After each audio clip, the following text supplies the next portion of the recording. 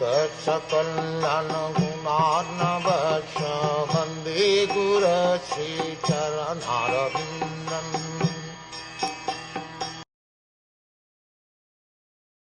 As soon as irrevocable loving service is established in the heart, the effects of nature's modes of passion and ignorance, such as lust, desire, and hankering, disappear from the heart.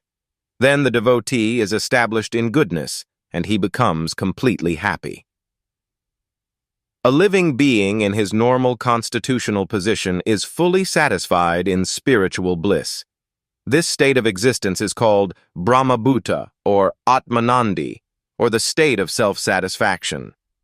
This self-satisfaction is not like the satisfaction of the inactive fool.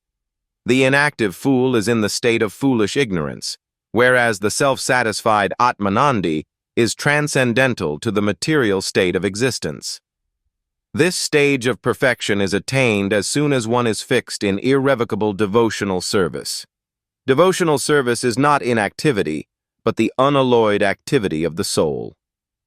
The soul's activity becomes adulterated in contact with matter, and as such the diseased activities are expressed in the form of lust, desire, hankering, inactivity, foolishness, and sleep. The effect of devotional service becomes manifest by complete elimination of these effects of passion and ignorance. The devotee is fixed at once in the mode of goodness, and he makes further progress to rise to the position of Vasudeva, or the state of unmixed sattva, or Shuddha sattva. Only in this Shuddha sattva state can one always see Krishna eye to eye by dint of pure affection for the Lord. A devotee is always in the mode of unalloyed goodness, therefore he harms no one. But the non-devotee, however educated he may be, is always harmful. A devotee is neither foolish nor passionate. The harmful, foolish, and passionate cannot be devotees of the Lord, however they may advertise themselves as devotees by outward dress. A devotee is always qualified with all the good qualities of God.